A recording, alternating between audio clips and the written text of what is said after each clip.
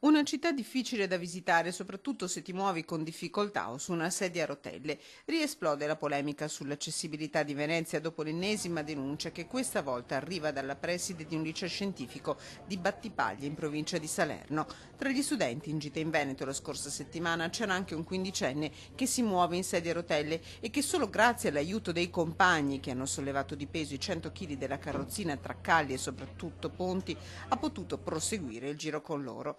Difficile raggiungere San Marco, difficile in generale muoversi in città scesi dai vaporetti, una situazione che l'insegnante che li accompagnava ha segnalato addirittura ai carabinieri. Nell'occhio del ciclone, ancora una volta, l'amministrazione comunale che in autunno, dopo anni di annunci e rinvii, ha messo in funzione la tanto criticata Ovovia per superare l'ultima grande opera realizzata a Venezia, ancora una volta inaccessibile, il ponte di Calatrava.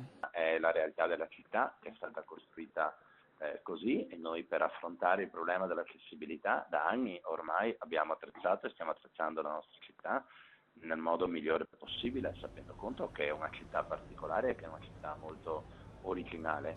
Numerosi gli interventi fatti in città, puntualizza l'assessore Maggioni, a parte i vaporetti, molte le migliorie apportate nelle isole, pedane, gradini agevolati e un'accessibilità che arriva a superare il 70% della città precisa. Al ragazzo, alla classe e alla preside dico che saranno sempre i benvenuti in questa città, la prossima volta magari quando vengono, se vorranno essere ancora ospiti di Venezia, si mettano in contatto anche con l'amministrazione e magari presenteremo loro ancora meglio di quanto già non lo si faccia, quelli che sono tutti i percorsi accessibili della città.